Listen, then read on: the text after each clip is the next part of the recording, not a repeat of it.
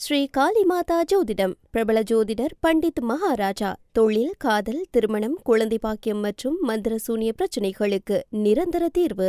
வணக்கம். செய்தி வீச்சு உங்களை வரவேற்றுக் கொள்கிறது. இன்றைய செய்தி வீச்சில் இலங்கை மற்றும் தமிழக நிலவரங்கள் காத்திருக்கின்றன. முதலில் இலங்கை தீவு பக்கம் பார்வையை திருப்பலாம்.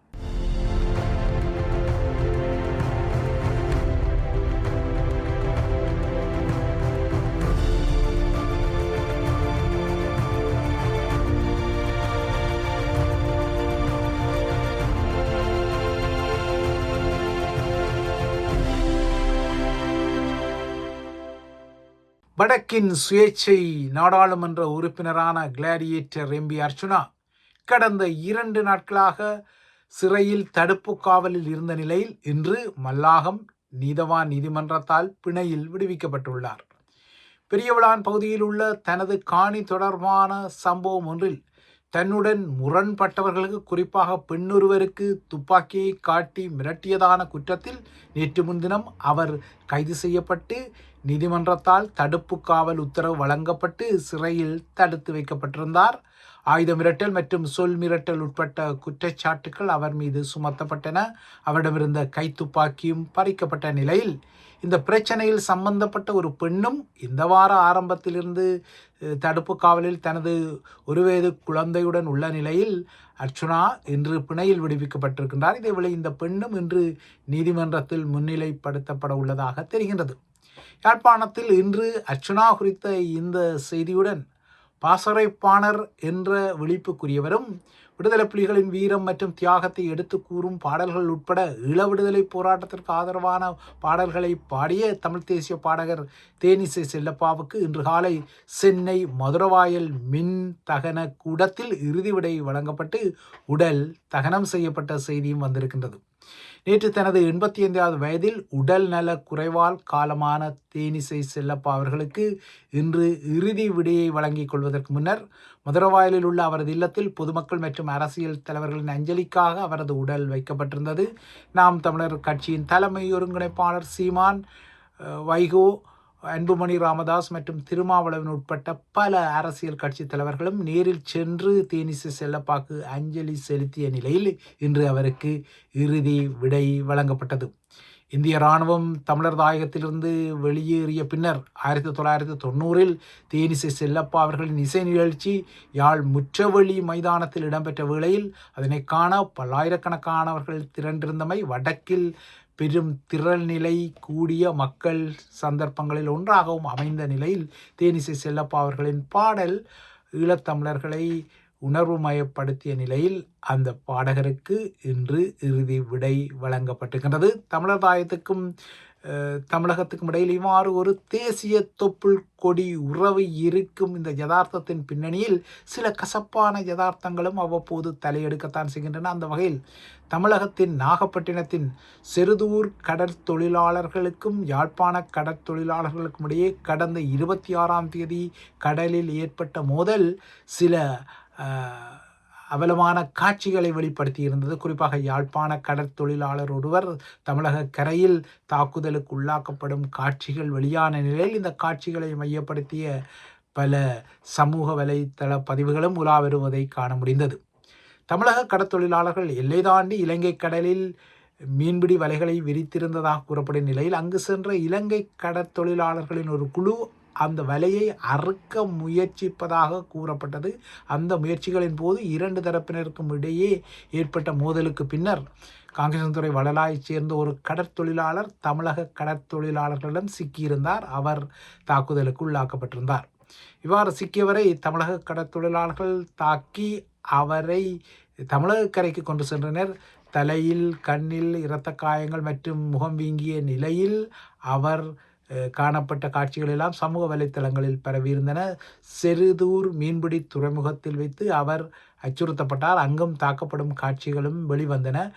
இவை ஈழத்தமிழர்களின் சமூக வலைத்தளங்களில் பரவி ஒரு கொதி நிலையையும் கொஞ்சம் காரணமான பதிவுகளையும் ஏற்படுத்தியிருந்தது. எல்லை தாண்டி சென்று தமிழர்தாய கடல் வளத்தை அடிக்கடி சூறையாடும் தமிழக இழுவைப் படகுகள் வடக்கின் கடற்தொழிலாளர்களின் வலைகளை மோசமாக அறுத்து நாசம் செய்யும் பின்னணியில் யாழ்ப்பாணத்தைச் சேர்ந்த ஒரு கடற்தொழிலாளியை கட்டி வைத்து அடிக்கும் இந்த காட்சிகள் சமூக வலைத்தளங்களில் கடுமையான அதிர்வுகளை ஏற்படுத்தத்தான் செய்தன, ஆக்ரோஷமான பதிவுகளையும் உருவாக்கத்தான் செய்தன. ஆனால் இவற்றில் ஒரு நிதானம் தேவைப்படுவதையும் கூற முடியும். தாக்குதலுக்குள்ளான இந்த கடற்தொழிலாளி சிகிச்சைக்காக நாகப்பட்டினம் அரசு மருத்துவக் கல்லூரி மருத்துவமனையில் அனுமதிக்கப்பட்டுள்ளதாக தெரிகிறது. இந்த பின்னணியில் ஊர் இரண்டு வட்டால் கூத்தாட்டிக்கு கொண்டாட்டம் என்பது போல ராஜபக்ஷக்களின் நாமல் ராஜபக்ஷ போன்றவர்கள் கூட இந்த விடயத்துக்குள் புகுந்து அரசியல் செய்யும் அளவுக்கு நிலைமை வந்திருப்பதையும் அவதானிக்க வேண்டும். ராமல் ராஜபக்ஷ இந்த கடற்தொழிலாளி தாக்கப்பட்டமைக்கு கண்டனம் தெரிவித்திருக்கின்றார். ஆனால் தொப்புள் கொடி உறவுகளின் இந்த தளத்துக்குள் தென்னிலங்கையின் அரசியல் முகங்கள் புகுந்து கொள்வதிலும் ஒரு அவதானம் தேவைப்படுவதும் யதார்த்தமான ஒரு விடயம். தென்னிலங்கையில் ராஜபக்ஷ ஆட்சி காலத்தில் எழுச்சியுற வைக்கப்பட்டு அந்த எழுச்சியில், அதாவது அந்த பௌத்த எழுச்சியில் அரசியல் செய்த முகங்கள் ராஜபக்ஷ முகங்கள் என்பது வெளிப்படையான விடயம். ராஜபக்ஷர்கள் தான் இலங்கையில் பௌத்த கடும்போக்கு தளம் ஒன்றை உருவாக்கியிருந்தார்கள். இப்போது அந்த தளத்தில் பிக்குகளே போதைப் பொருளை கடத்தும் அளவுக்கு ஒரு பரிமாணம் வந்திருக்கின்றது. கடந்த வார இறுதியில் கட்நாயக்க விமான நிலையத்தில் வைத்து 112 கிலோ போதைப் பொருட்களுடன் கைது செய்யப்பட்ட 22 பிக்குகளில் 19 பிக்குகள் போதைப்பொருள் பாவனையில் ஈடுபடுபவர்கள் என்ற அதிர்ச்சிகரமான முடிவும் தற்போது மருத்துவ பரிசோதனைகளில் வெளியாகியுள்ளன. இந்த கடத்தல் தொடர்பான புதிய தகவல்கள் வெளிவரும் நிலையில் இந்த 19 பிக்குகளும் போதைப் பொருளுக்கு அடிமையானவர்கள் என்ற விடயம் வந்துள்ளது. கைது செய்யப்பட்ட பிக்குகள் தங்கியிருந்த விகாரைகள் உட்பட்ட இடங்களில் உள்ள மக்களும் இனிமேல் குறித்த பிக்குகள் தங்கள் பகுதிகளுக்கு மீண்டும் திரும்பக்கூடாதென கோரிக்கைகளை முன்வைத்து போராட்டங்களை நடத்தி கொள்கின்றார்கள். இந்துருவா பகுதியில் இதற்காக ஒரு போராட்டம் நடத்தப்பட்டது. அதாவது தற்போது தடுப்பு காவலில் உள்ள இந்த போதை பிக்கு மீண்டும் தமது விகாரைக்கு திரும்பக்கூடாதென இந்த மக்கள் போராடி வருகின்றார்கள். தற்போது சிஐடியினரின் போதைப்பொருள் தடுப்பு பிரிவினரால் தடுத்து வைக்கப்பட்டு வறுத்தெடுக்கப்படும் இந்த பிக்குகள் சில விடயங்களை கக்கியிருக்கின்றார்கள். இந்த விடயங்களில் அதிர்ச்சிகரமான செய்திகள் எல்லாம் இருக்கின்றன. ஏற்கனவே தம்மை போல ஒரு குழு தாய்லாந்துக்கு சென்று கிலோ கணக்கில் போதைப் பொருட்களை கடத்தி வந்து அதனை அத்துரகுரியாவில் உள்ள ஒரு வீட்டில் வைத்திருந்ததாக அவர்கள் விஷயத்தை கக்கியதும் குறித்த இல்லத்தின் உரிமையாளரும் அதிரடியாக சிஐடியினரால் தூக்கப்பட்டு தற்போது விசாரணைகளுக்கு உட்படுத்தப்பட்டு வருகின்றார். இதேபோல அடுத்த மாதம் 40 பிக்குகள் கொண்ட மற்றொரு குழுவை தாய்லாந்துக்கு அனுப்பி அவர்கள் மூலமாகவும் கிலோ கணக்கில் போதைப் பொருட்களை கடத்துவதற்கான திட்டங்கள் எல்லாம் போடப்பட்ட விடயங்களும் விசாரணைகளில் வெளிவந்துள்ளன. இந்த கடத்தல் நடவடிக்கையை ஒருங்கிணைத்த கம்பஹாவைச் சேர்ந்த ஒரு பிக்கு சூத்திரதாரியும் தற்போது உள்ளே உள்ளார். ஆனால் இந்த பிக்குவுக்கு மேலாக 2 கிங் பின் பாதாள முகங்கள் உள்ளதாக கருதப்படுகின்றது. அந்த கிங் பின் முகங்களில் ஒரு முகம் ஹாஜி என்ற புனை பெயரில் தொழில் அதிபராக இருக்கும் முகம் எனவும் விசாரணைகளில் தெரிய வந்துள்ளது. இந்த ஹாஜி என்ற பெயர் புனைபெயராக இருந்தாலும் அது முஸ்லிம்களுக்கு பயன்படுத்தப்படும் பெயர் என்பது குறிப்பிடத்தக்க விடயம். ஆகையால் இந்த விடயத்தின் பின்னால் அதிர்ச்சிகரமான சில புதிய தகவல்கள் வெளிவரக்கூடும். அது இலங்கையில் உள்ள முஸ்லீம் தொழிலதிபர் தரப்புகளையும் அதிர்ச்சி அடைய வைக்கக்கூடும்.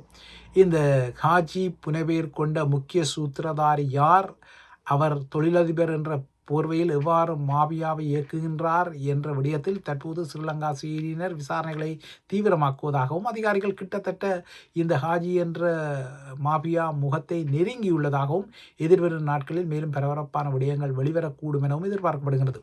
இந்த நிலையில் இலங்கையில் உள்ள பிக்குகள் வெளிநாடுகளுக்கு செல்ல வேண்டுமானால் குறித்த பிக்குகள் தாம் உறுப்பினர்களாக உள்ள மகாசங்க தலைவர்களிடம் எழுத்துப்பூர்வமான ஒப்புதலை பெற வேண்டும் என்ற நியதி இருந்தது.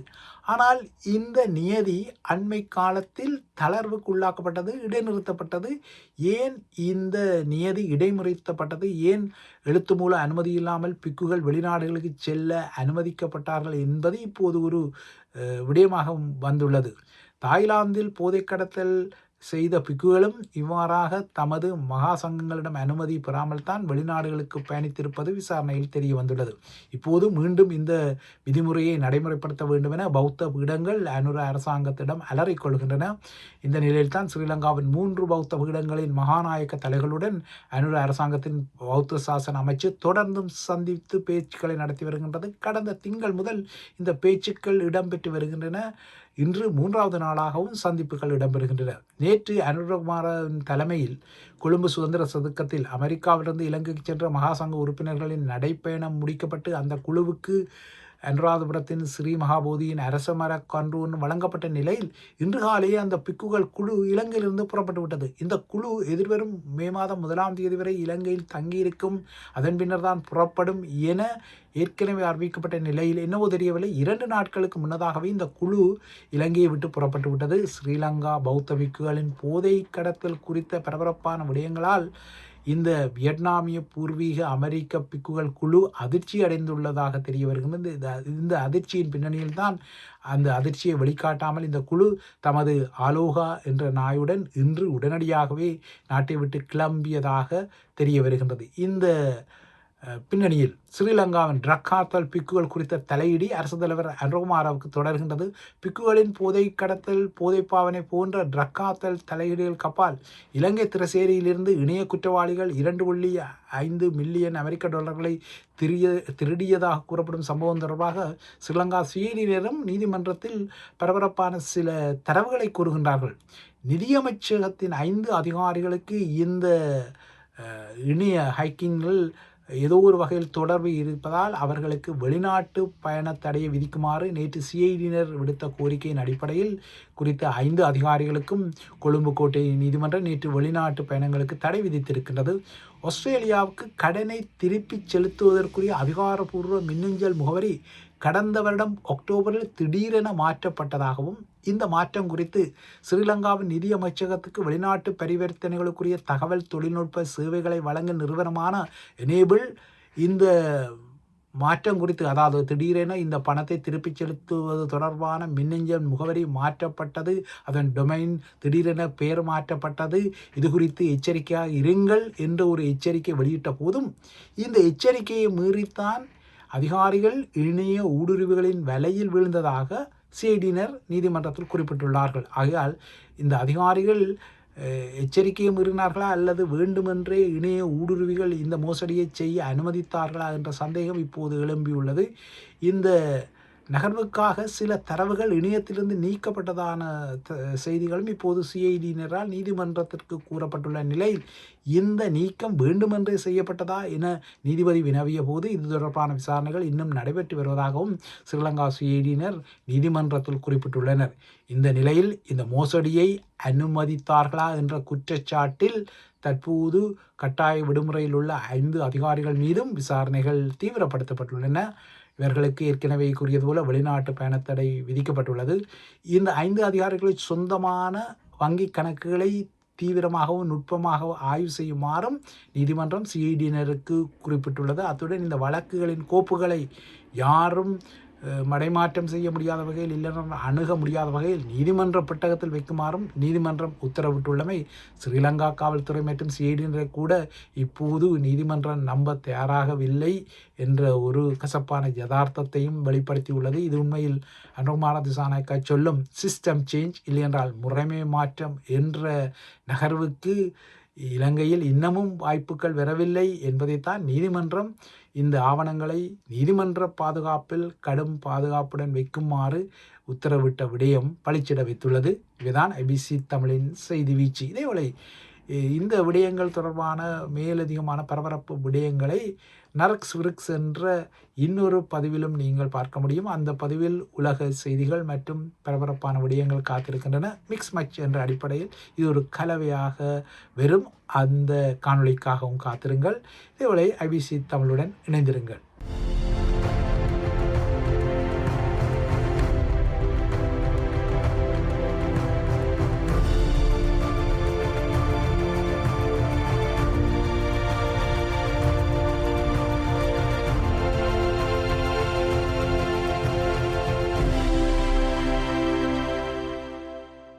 ஸ்ரீ காளிமாதா ஜோதிடம் பிரபல ஜோதிடர் பண்டித் மகாராஜா. தொழில், காதல், திருமணம், குழந்தை பாக்கியம் மற்றும் மந்திர சூனிய பிரச்சினைகளுக்கு நிரந்தர தீர்வு.